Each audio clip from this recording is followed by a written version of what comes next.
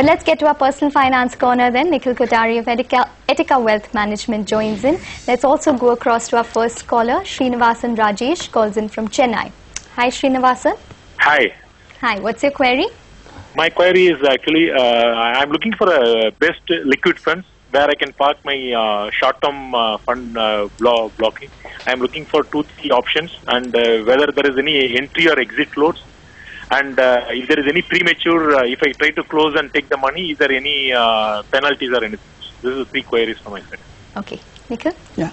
Mr. Srinivasan, considering your time horizon 3 to 9 months, liquid fund or ultra short-term fund is the ideal investment option which you should opt for. In terms of liquid fund, you have Birla Sun Life Cash Plus Fund, you have SGFC Liquid Fund, or you have ICICI Prudential Liquid Fund.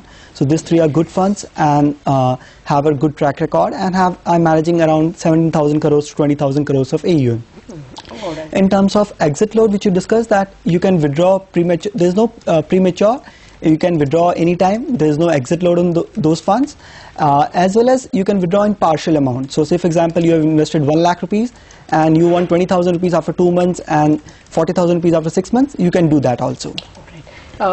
Just by way of disclosure, does your company act as a sales agent for any of the funds you mentioned?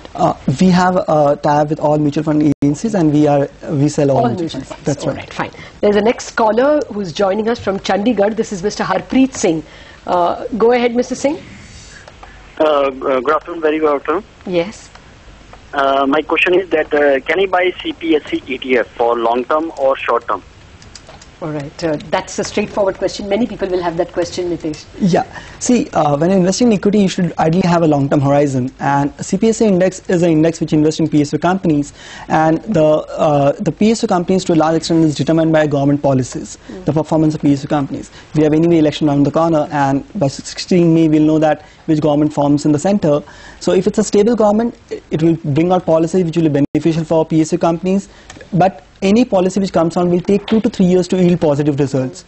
So if you're investing, you should invest for a long-term time frame. Yeah, in the short term it can be volatile because if you have a mixed government in the center, there can be some policy paralysis which may impact the performance in the short term. So would it always be better to go to a fund manager who has more options than just PSU funds? Yeah, because would that be a better advice? That's right. It's more of a sector ETF to verify. It's only invest in PSU companies. So if you really want to participate in the broader market, rather be in a fund manager who can take a call based on his views on which sector will do good, and actively he will allocate the money accordingly. Fair enough. That's the advice for you, Mr. Singh.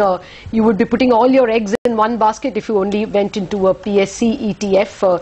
You will perhaps be better advised if you stayed with one of those actively managed funds which can invest in everything, public and private. That's the advice from our expert. Unfortunately,